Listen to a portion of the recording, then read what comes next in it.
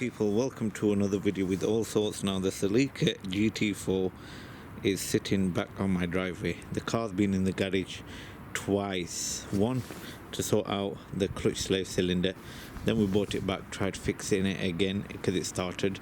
Then we were going to take it to the garage to have some more stuff fitted. So let me just walk you around. So basically we got the discs and pads changed all around.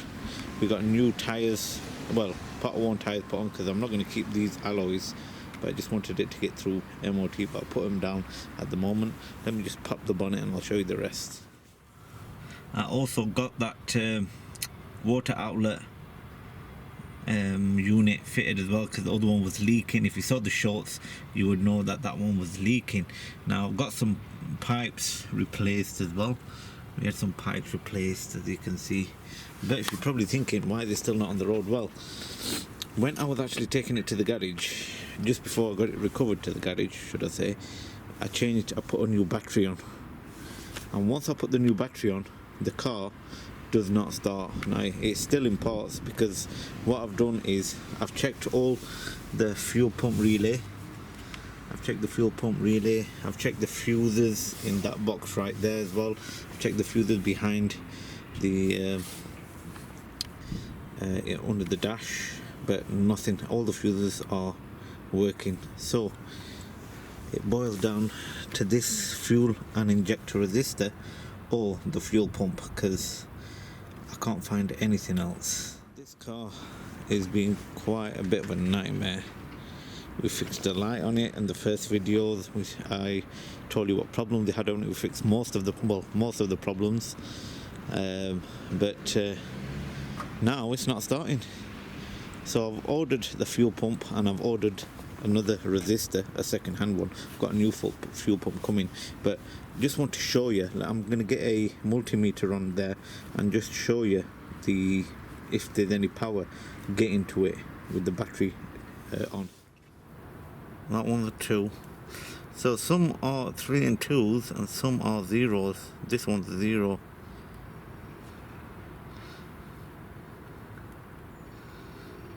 That's a 1. And that's a 1. So you've got mixed readings. It may indicate some are 0, some are 1, and some are 2, some are 3. So it indicates that it might be faulty, either the fuel injector resistor or the injector resistor or the fuel pump resistor. Look how much parts we've got. Got parts on the floor, parts on the seat, air filter in the box. But with these old cars, you always have to buy parts. I'm going to show you what it actually does.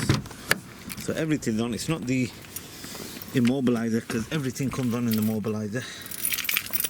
Let's show you. So it's still got the sound, we've got the lights, everything.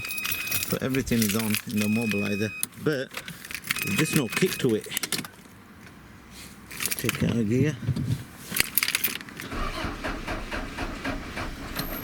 Battery's dead on it as well, but it's got no kick to it, so it won't start. This is what you call timing. So I've been filming. While I'm filming, one of the parts have come, which is this resistor, what we just checked now.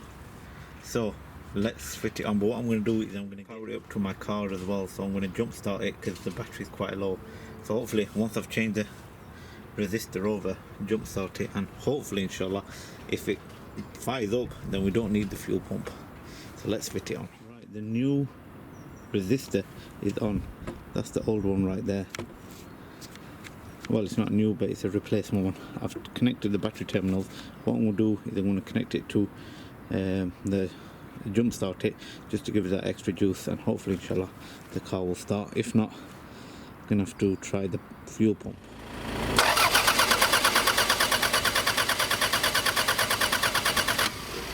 And that was a fail.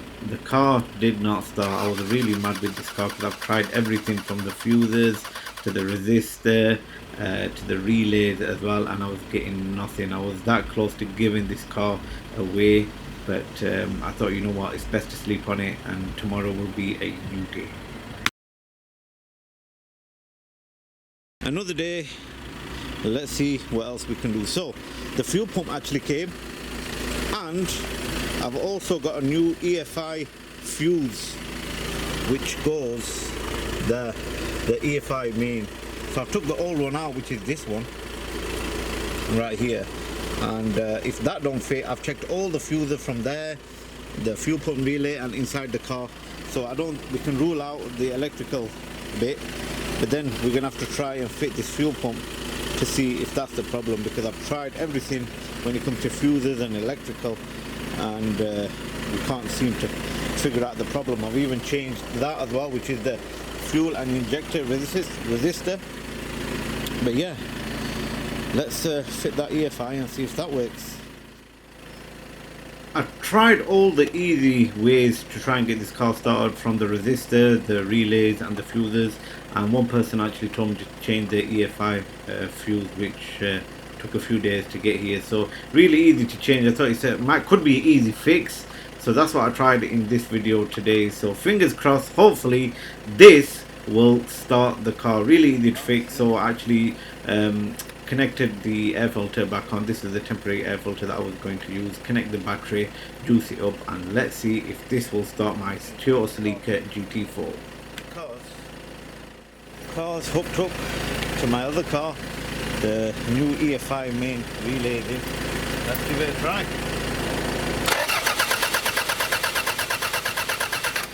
Well, that was my luck. The car didn't start. Now, like I said, I tried everything to do it. There was only one thing left, that was the fuel pump. Now, check this look out. In all the ST185 cars, the fuel pump is located underneath the rear bench. Now, when I took it out, I couldn't actually find no fuel pump. I realized it was in the boot, which was really hard to get to.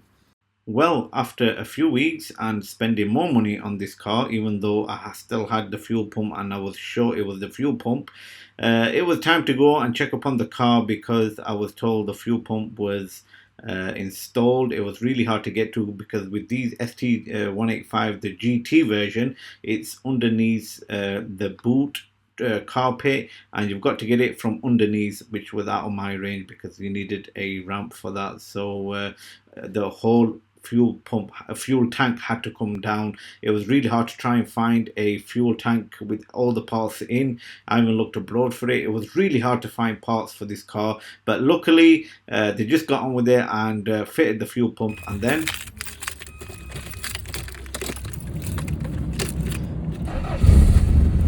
the car finally booted up. What a relief that was. So as you can hear, she started finally, and it was nothing to do with the engine bay.